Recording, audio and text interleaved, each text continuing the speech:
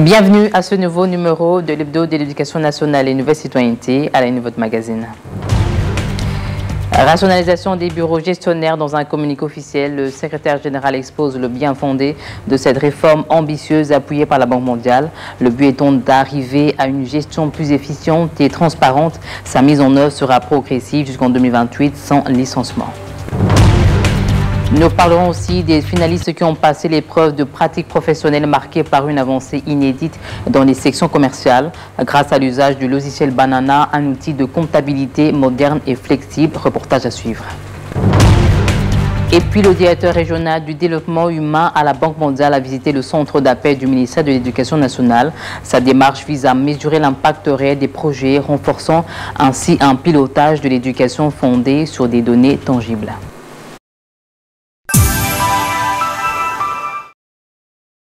Mesdames, Messieurs, heureuse de vous retrouver. Sachez tout d'abord que le cabinet de la ministre d'État en charge de l'Éducation nationale et Nouvelle Citoyenneté s'est réuni avec les représentants du syndicat des bureaux gestionnaires.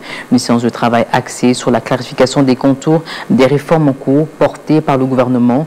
Pas de suppression des postes à l'horizon. Les agents concernés seront redéployés vers d'autres services. Écoutons les réactions des partenaires sociaux à l'issue de cette rencontre. Nous félicitons beaucoup Maman Amineta, Raïssa Malou, à travers son directeur de cabinet, M. Zono. Nous avons été tous invités, nous les syndicalistes, pour qu'il arrive quand même à nous expliquer quel est le but de cet arrêté-là. C'était pour la rationalisation des bureaux gestionnaires. Nous sommes pour la rationalisation, mais nous voulons voir clair de la façon où cette histoire-là devait se faire. Heureusement, nous avons eu toutes les explications et nous félicitons le directeur de cabinet qui nous a fait montrer noir et sur blanc qu'aucun agent de CERNI va perdre son salaire. Personne ne va perdre son salaire. C'était ça notre lutte. On cherchait à savoir comment on a rationalisé. Où iront tous ces agents de CERNI? Mais nous avons eu des garanties que personne ne va quitter le travail. Tout le monde sera là. Nous sommes satisfaits parce que bientôt, il y aura la sensibilisation où nous allons descendre expliquer à tout le monde comment la rationalisation va se faire et personne ne va perdre le travail. Il y a eu une rumeur à travers les réseaux sociaux que ma direction est supprimée. Les gens se sont révoltés, il y a eu des tracts partout qu'on ne parlera plus du CERNI. Heureusement, le directeur du cabinet de son Excellence Lamineta ont convié une rencontre pour nous éclairer sur le bien fondé de la rationalisation. Et l'assurance est qu'aucun de nos agents du CERNI ne sera mis à l'écart. Et dans la foulée, un communiqué officiel signé par le secrétaire général intérimaire du ministère détaille les grandes lignes de cette réforme ambitieuse.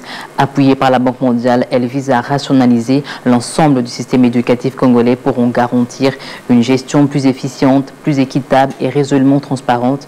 Une mise en œuvre progressive jusqu'en 2028, sans licenciement sec, avec des priorités, l'optimisation des ressources, le renforcement des centres aux écoles et l'implication accrue des communautés. L'objectif utile et de bâtir une gouvernance éducative solide au service de chaque élève congolais. Pendant ce temps, les violences dans certaines régions du pays mettent en péril le droit à l'éducation. Des élus nationaux venus des zones touchées ont exprimé leur vive inquiétude à la ministre d'État de l'Éducation nationale. En réponse, Raïssa Malou se veut rassurante. Les épreuves de fin d'année 2025 auront bel et bien lieu. La continuité pédagogique sera assurée malgré les contraintes sécuritaires. Nous avons souhaité remercier à travers son ministère, le chef de l'État, son Excellence, M. Félix Antoine Tshisekedi Tshilombo, président de la République, mais également la Première ministre pour l'accompagnement des élèves ou des étudiants qui sont à l'Est pendant cette période que traverse la République démocratique du Congo cette période très difficile. Nous avions, à travers plusieurs actions parlementaires au niveau de l'Assemblée nationale, demandé ou sollicité à ce que les gouvernements puissent prendre en charge les frais liés aux examens d'État. Et ça a été fait. Donc il était question pour nous de venir d'abord remercier le gouvernement pour ça, mais également parler des autres contraintes, des autres difficultés qu'il y a sur le terrain, notamment les examinateurs, les surveillants qui doivent aussi être pris en charge dans les jours qui suivent. Nous avons été rassurés que le gouvernement est en train de prendre des mesures pour leur prise en charge. Voilà un peu en quelque sorte, mais nous avons aussi parlé de beaucoup d'aspects liés à la question de la vie, de l'éducation dans les 3 provinces, donc le Sud Kivu, l'Ituri et le Nord Kivu. Et nous pensons que ce canal va être maintenu, ce canal de contact va être maintenu entre nous et la ministre pour continuer à échanger de tous ces problèmes. Cap sur le Haut-Katanga, où l'inspecteur général de l'éducation nationale supervise les épreuves de pratique professionnelle dans le cadre de l'édition 2024-2025 de l'examen d'État. En mission à Lubumbashi, Hubert Kimbonza se dit satisfait du bon déroulement des épreuves qui prendront fin le 14 juin sur toute l'étendue du territoire national. L'inspecteur général à l'éducation nationale et nouvelle citoyenneté, Hubert Kimbonza, a été accueilli chaleureusement dans la ville qu'il préfère dans la province éducationnelle du Haut-Katanga 1. Venu poursuivre la supervision des épreuves certificatives des hors-sessions, précisément celle de la pratique professionnelle, le premier des inspecteurs a été satisfait du déroulement. Et en qualité de superviseur extra, il a été dit être envoyé par la ministre d'État, ministre à l'Éducation nationale et nouvelle citoyenneté, Raissa Malou-Dinanga. Il est venu se rendre compte si le travail des superviseurs nationaux a été celui exigé par la hiérarchie et discuter avec le comité provincial de l'examen d'État pour avoir une idée claire de comment l'organisation se passe et se rassurer qu'il y a une bonne collaboration entre les superviseurs nationaux et provinciaux. Le chef de corps inspectoral de l'éducation nationale et nouvelle citoyenneté en République démocratique du Congo a également relevé à partir de Lubumbashi que la ministre d'État, Raissa Malou-Dinanga, a insisté sur la production des rapports détaillés par les superviseurs nationaux qui doivent activement travailler selon les missions qui leur sont confiées. Dans la foulée, il a appelé à la prise de conscience de tous les inspecteurs et cadres qui travaillent dans le sous-secteur de l'éducation nationale et nouvelle citoyenneté, car, a-t-il souligné, le système éducatif dont ils sont acteurs est le socle de la cohésion nationale et du développement du pays. Ici est de souligner que Francine Zengou, superviseur provincial, et le secrétaire général provincial de IMAE ONG et les autorités éducationnelles du Haut-Katanga 1 ont mobilisé tous les collaborateurs pour offrir à l'inspecteur général un accueil digne de son rang, surtout que c'est sa première mission officielle dans le Haut-Katanga 1 depuis sa nomination à la tête de l'inspection générale de l'éducation nationale. À Kinshasa, Lukunga, les épreuves hors session se poursuivent également avec 52% de filles et 47% de garçons en lice. La province affiche une participation équilibrée. Jeudi, l'inspecteur principal provincial Vitalumbala Kadiata a effectué une visite de terrain dans plusieurs centres, notamment à Lingwala. Si beaucoup de jeunes Congolais s'intéressent de moins en moins aux formations à compétences professionnelles telles que la maçonnerie, la mécanique, l'électricité et la coupe et couture, certains par contre ont compris la valeur de ce métier. L'épreuve de pratique professionnelle, qui n'est pas un test de culture générale, consiste à placer ces couturières en uniforme dans une situation à problème afin de vérifier leurs compétences acquises au bout de 4 ans aux humanités techniques en coupe et couture. Vous êtes dans un domaine où c'est déjà l'argent. Vous êtes dans un domaine où vous n'êtes pas appelé à aller demander l'emploi. C'est en qualité de superviseur que l'inspecteur principal provincial de Kinshasa Lukunga a visité 2 centres, à savoir le collège Bimwala qui se trouve dans l'enceinte de Liti Ilona et le lycée Mamaikila situé dans la commune de Lingwala. Le numéro 1 de cette province éducationnelle a encouragé les futurs lauréats. Les épreuves ont commencé dans notre province, comme l'indique l'organisateur, à la date et heure de l'organisateur. Tout s'est déroulé dans le calme, en toute sérénité. Il n'y a pas un seul élément, même mineur, capable de retenir notre attention, parce que tout dépendait de la préparation. Nous avons respecté toutes les étapes possibles pour préparer cet examen. Les constats que j'ai faits, c'est que d'abord, les filles sont légèrement supérieures à Lukunga par rapport aux garçons. Elles représentent à peu près 52%. L'inspecteur principal provincial de Kinshasa, Lukunga, s'est dit satisfait du déroulement de ces épreuves dans sa juridiction. Les évaluations, c'est l'étape sensible pour un inspecteur. Un inspecteur, quand ce sont les évaluations, il n'est pas appelé à être distrait ou à amener les blagues.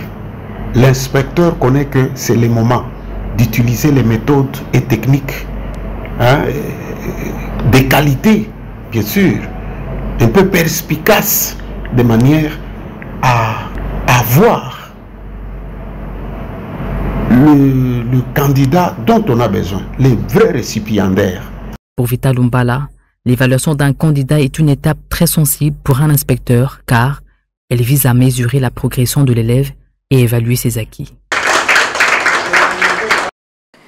Vous le savez sans doute, les finalistes passent actuellement l'épreuve de pratique professionnelle. Cette année, une innovation de taille s'impose dans les sections commerciales. L'usage du logiciel Banana, un outil de comptabilité moderne, rapide et flexible, utilisé dans la gestion de PME et des associations. Une immersion concrète dans la réalité professionnelle. Regardez. C'est un moment crucial et une première en République démocratique du Congo, l'usage par les finalistes des humanités commerciales et gestion du logiciel Banana dans le cadre de la pratique professionnelle de cette 59e édition de l'examen d'État. Cette session met en lumière la maîtrise des outils numériques, en particulier le logiciel Banana, utilisé pour la comptabilité. Le logiciel Banana Comptabilité est cet outil utile pour les finalistes lors de jurys pratiques, les permettant de simuler une comptabilité en partie double. Du lycée Toyokana au collège Saint-Raphaël, en passant par le complexe scolaire Monseigneur Moquet, les chefs de centre se disent satisfaits du déroulement de ces épreuves pratiques, tout en saluant l'apport du logiciel Banana. Avant, la pratique était presque théorique. Mais avec Banana, avec cette application, nous utilisons maintenant les machines pour évaluer objectivement nos candidats. Vraiment, le climat est serein, très bon. Il y a un bon déroulement, il y a la discipline, surtout la discipline. Depuis le début jusqu'à aujourd'hui, vraiment, le déroulement est normal. Du côté des élèves, certains ont partagé les difficultés rencontrées, que ce soit en classe ou durant les jurys, preuve qu'un accompagnement renforcé reste essentiel. Il y avait vraiment des temps où on ne pouvait pas travailler parce qu'il n'y avait pas d'électricité, mais on a pu trouver des solutions. C'était plus au niveau de la comptabilité en partie double précisément. C'est là où j'ai quelques petites défaillances, mais à part ça, ça a été. Lorsqu'on le fait en fin d'année, c'est un peu difficile. Le mieux de les préparer au début pour que les élèves aient une vision claire de ce qu'ils feront. À l'Institut Kimbuta, un moment fort de rencontre avec des élèves sourds-muets de l'option commerciale en pleine épreuve pratique. Armés de détermination, ils manipulaient le logiciel Banana avec rigueur et engagement. Une démonstration inspirante de résilience et d'inclusion. Une preuve décisive pour ces jeunes qui aspirent à intégrer le monde professionnel avec assurance. Ces évaluations pratiques renforcent leur qualité de la formation et ouvrent la voie à une insertion réussie. Par ailleurs, l'application Banana rentre dans le cadre du plan quinquennal de l'éducation nationale, père de lance de la Minita Raïssa Malodinanga, qui tient mordicus à une intégration à part entière du numérique dans les écoles. Toujours dans le même registre, Kinshasa accueille Daniel Dolikti, directeur régional de développement humain à la Banque mondiale. En visite au centre d'appel du ministère de l'Éducation nationale et de la citoyenneté, il est venu constater les impacts réels des projets soutenus par son institution, un pas de plus vers un pilotage de l'éducation fondée sur des données concrètes. Il Il est un peu plus de 11 heures quand la délégation du directeur régional pour le développement humain à la Banque mondiale franchit les portes de la DGC à Kinshasa. À ses côtés, des hauts cadres venus de Washington et du bureau pays. Un accueil protocolaire mais chaleureux conduit par le secrétaire général AI à l'éducation nationale, entouré des responsables des projets PECIP, PERS et PAF. Le cœur de la visite, comprendre le fonctionnement de la ligne gratuite 178 du ministère, accessible aux victimes ou témoins d'abus dans les écoles. Nous avons reçu un total de 300 plaintes. Ça, c'est sur toutes les républiques. 310 au niveau du primaire. Les plaintes VBG. À ces informations s'ajoutent les explications techniques de Serge Biona pour détailler le mécanisme de gestion des plaintes. C'est une première en fait au sein du ministère de l'Éducation nationale de mettre en place un mécanisme de gestion de plaintes qui a été institutionnalisé depuis 2020. Alors ils ont eu assez d'écho au niveau de Washington que le système marche. Et alors il fallait aussi faire des visites pour venir voir et s'imprégner, voir pratiquement les opérateurs dans leur quotidien, comment ça marche, comment ils enregistrent des plaintes, comment les workflows de plaintes circulent pour être résolus et revenir aux plaignants. J'ai eu vraiment l'impression qu'il était très satisfait de tout ce qu'on lui a donné comme explication en ce qui concerne le fonctionnement de notre centre d'appel. Une visite technique mais stratégique, le système Allo École impressionne Daniel Dulitsky qui suit les démonstrations avec intérêt. Il est important que tout ce qui est abus sexuel, violence physique, etc. soit complètement banni et le mécanisme de gestion des plaintes est là et je pense qu'il y a un numéro de téléphone vert, gratuit, où tout le monde peut signaler des cas d'abus sexuels, des cas de harcèlement sexuel, parce qu'il faut que l'école soit un milieu sécurisé. La tournée de Daniel Dulitsky se poursuit jusqu'au 14 juin au programme d'autres visites de terrain et une rencontre avec les autorités congolaises pour renforcer la coopération en matière de développement humain. Allons à présent au Congo central, une centaine de gestionnaires scolaires ont été sensibilisés à la protection de l'environnement milieu éducatif, initiative du projet d'apprentissage et d'autonomisation des filles PAF qui œuvre à créer des espaces scolaires sûrs et propices à l'épanouissement, en particulier pour les jeunes filles. Le gestionnaire de l'éducation nationale et nouvelle citoyenneté du Congo central 2 ont été conviés à une séance d'échange le samedi 7 juin 2025 sur quelques thèmes dont ceux liés à l'amélioration de la qualité de l'enseignement ainsi qu'aux violences basées sur les genres dans le cadre du projet d'apprentissage et d'autonomisation des filles, PAF en sigle. Nous avons échangé avec eux sur différentes thématiques, notamment le mécanisme de gestion de plaintes qui est une norme ou un système institutionnalisé au sein du ministère de l'Éducation nationale. Nous avons abordé la question des violences basées sur les genres en milieu scolaire. Nous avons aussi expliqué tout ce qui est circuit d'information, partage d'informations en ce qui concerne les exploitations et abus sexuels en milieu scolaire. Et nous avons abordé la question sur les régimes disciplinaires, mais aussi nous avons aussi expliqué aux participants de manière brève les activités concernées dans le cadre du projet PAF. Notons que ces projets qui militent pour l'apprentissage et l'autonomisation des filles consistent à maximiser les chances de scolarité par le renforcement de l'accès à l'éducation pour les filles principalement, l'amélioration de la qualité de l'enseignement et s'assurer que l'école soit un milieu sûr, sécurisé et inclusif. À quelques encablures de là, Banzangungu a accueilli les travaux de chiffrage du plan quinquennal 2024-2029 conduit par la direction d'études et de planification. Ce processus vise à produire une feuille de route budgétaire ambitieuse pour le développement durable de la région. Le secrétariat général de l'éducation nationale et nouvelle citoyenneté, par le biais de la direction d'études et de planification DEP en sigle, a démarré un atelier de chiffrage du plan quinquennal 2024-2029 le dimanche 8 juin en cours à Mbanzangungu dans l'objectif d'améliorer le système éducatif en RDC. La budgétisation de ces plans quinquennales demeure active mais doit recourir à certaines sources. Plusieurs structures représentées participent à ces travaux, dont l'ADAF, le projet efficace, ainsi que la société civile sous la conduite de l'ADEP, pour réfléchir pendant 5 jours sur la normalisation de ces projets afin de rendre viables les conditions d'apprentissage dans notre pays.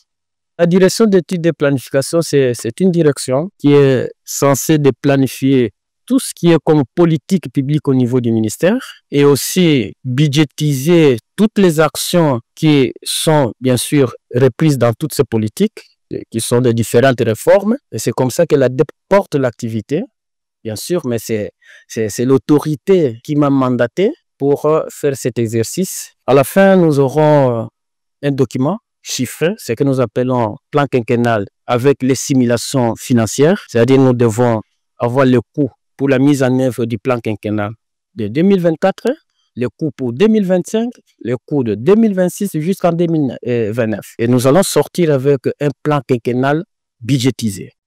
Notons qu'à l'issue de cet atelier, il sera établi un document chiffré par la simulation financière pour la mise en œuvre d'un plan quinquennal. Dernier arrêt à Kinshasa, dans la commune de Mongafula, où la Ligue internationale des femmes pour la paix et la liberté poursuit son engagement auprès des jeunes. Elle a animé une conférence au complexe scolaire Notre-Dame de Bon Secours dans le cadre de la 4e édition du projet Éducation à culture de la paix, une initiative relayée par les élèves pères éducateurs porteurs d'un message fort pour une société apaisée.